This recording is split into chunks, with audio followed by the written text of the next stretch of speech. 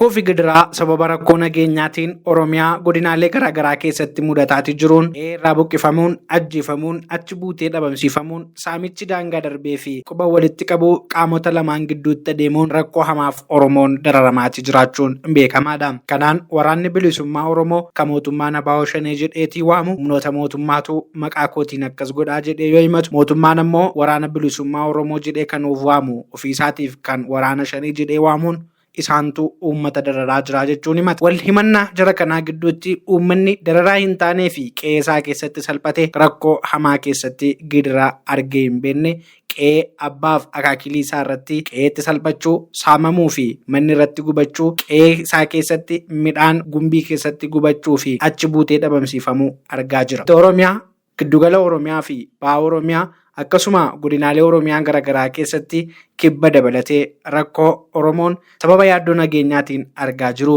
lakkoofsa hin qabu.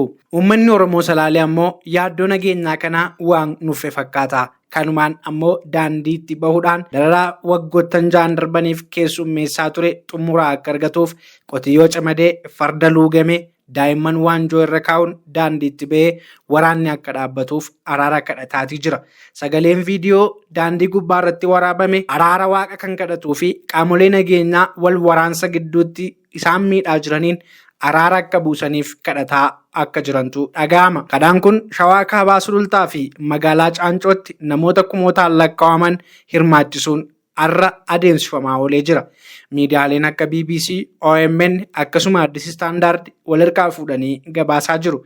Maddeen miidiyaa hawaasaa garaagaraas quuqama hawaasummaa fi rakkoo nageenyaatiif rakkinni kun akka mudate ta'uu keessa beekan wal harkaa fuudhanii qoodaa jiru. Wal waraansa waraana bilisummaa Oromoo fi mootummaa Itoophiyaa akkasumas ammoo weerara daangaa humnoota finxaaleetii fi naannoo Amaaraa gidduutti danqama gidiraa fi dararaan olaanaa fi kan saaxilame uummanni Salaalee daandiitti ba'uun qawwee lafa kaa'atii araaramaa jechuun qaamota wal waraanaa jiran kadhachuutti jira. Waamichi akka aadaa isaatti hammeenya gidiraan irra ga'ee ibsachuuf qotiyyoo camadee farda luugameen daa'imman waanjoo irra kaa'ee daandiitti ba'uun waamicha araaraa taasisan kun torbee darbeerraa jalqabuun namoota godina Shawaa kanneen akka Dabra Libaanos, warra Jaarsoo, Kuyyuu, Daagimii fi Yaayyaa Gullalleetti adeemsifamaatii turee jira. Ajandaan kun torban tokko kan lakkoofsifame yoo ta'u, namuu ajandaa miidiyaa hawaasaa garaagaraan gurra kennuudhaan dhimma kana dagatus garuu irra deebiin uummanni Salaalee jireenya isaa kan dhabaatii jiru rakkoo nageenyaatiif ka'eessa mudate kana watwaachuu hin dhiisne. Abbootiin amantaa, abbootiin gadaa, haadholiin siiqqee fi hawaasni bal'aan sirna kadhaa araaraa fi waamicha nageenyaa kana irratti hirmaataniitii jiru. Oromiyaa keessatti waraana qaamolee lamaaniin adeemsifamaa jiruun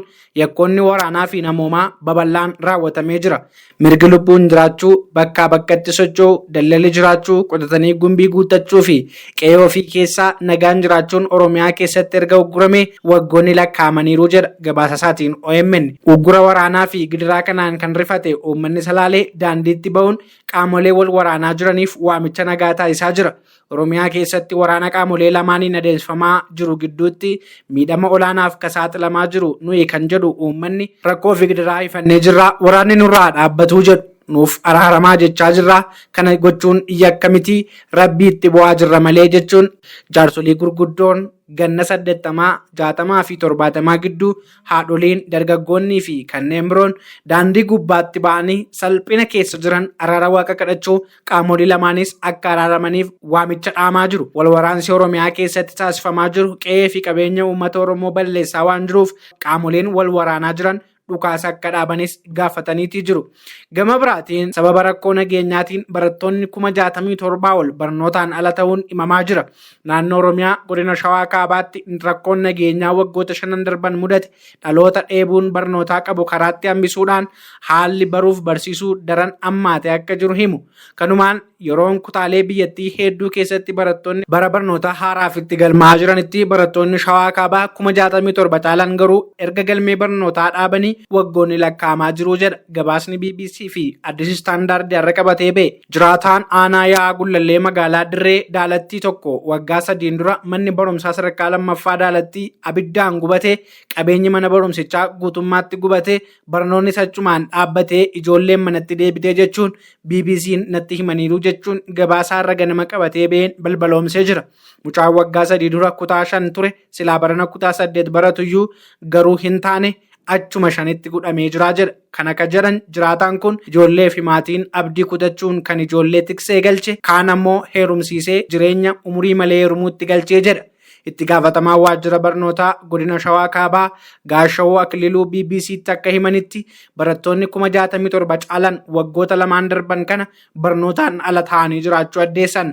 Barataan amma kanaa barnoota dhaabeeraa jechuun nuuf qaanii guddaadha jechuun ibsa.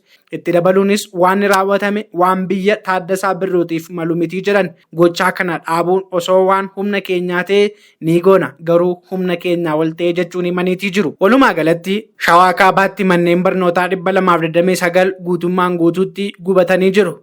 Akkasuma immoo manneen barnootaa 217 sababa rakkoo nageenyaatiin hojii dhaabanii jiru. Aanaa Darraatti ammoo manneen barnootaa 30 qofatu barumsa kennaa jira. Barattoonni 67,000 ol barnootaan ala ta'aniiti jiru. Barsiisonni 2,000 ol buqqaanii gara biraatti jijjiiramanii jiru jechuun Addis Istaandaardi gabaasaarra qabatee baheen dhimma kana balbaloomseetii jira. Walumaa galatti rakkoo nageenyaatiin wal qabatee uummanni Shawaa Kaabaa rakkoo argaatii jiru daandiitti bahuudhaan ni rakkannee nu ga'a araaramaa jechuun qaamota wal waraanaa jiraniif waamicha dabarseetii jira. An Lalisaa Alamuun ture.